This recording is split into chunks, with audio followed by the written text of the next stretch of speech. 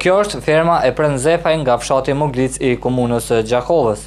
Ai ka 30 krerë lopë, nga të cilat merr qumshtin dhe e shet në fabrikat për përpunim të qumshtit.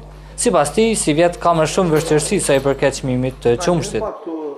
Qumshtin e kem siguruar në shitjen, të vita kemi herë, po tash kena pak probleme me vitin sikur tash më parë, se do më na ul çmimin, po nuk di të çka më bë.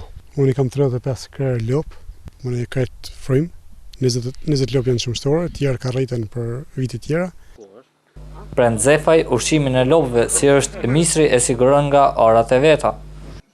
Ushqimin e siguroj vet, po i marr tokat me qira, kam tokat prej varve, kam edhe të rënikit, ma tash se është rënikit Gjakovës, i marr diku një 100 hektare kam tokë, si po ne për livadhe, për kallamojës, për gron, për kollosa, për tana.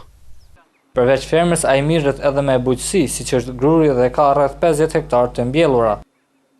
51 hektare marr në rënik, se kam thënë më parë, po për shkak të kushteve, për shkak të subvencioneve se nuk po ne i japin me vakt, nuk i kam jep diku një 25 hektarë me thënë se i kam jell, i kam luk banor, kam këtu, tash po i edhe këta me kallamoqin edhe këta me miell si pjesë. Nuk di, nuk është as levërdi e madhe, po të mojtë me të në subvencione.